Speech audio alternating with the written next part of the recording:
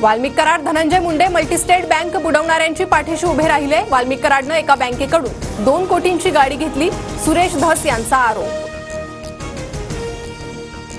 संतोष देशमुखांच्या कुटुंबियांनी घेतली मुख्यमंत्री फडणवीसांची भेट, गुन्हेगारांना माफी नाही, दोषी कुणीही असो 100% शिक्षा होणारच, मुख्यमंत्री फडणवीसांचं देशमुख कुटुंबियांना आश्वासन।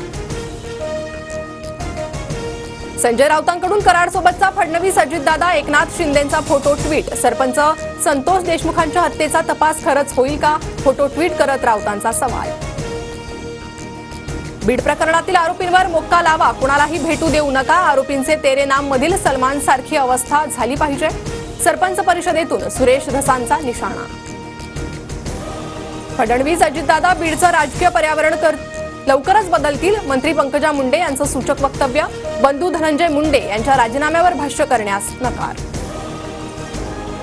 पंकजा मुंडेंनी त्यांच्या कार्यकाळात फक्त 745 शिक्षकांना चुकीच्या पद्धतीने जागेवर बसवलं, भाजपा आमदार सुरेश धस यांचा दावा।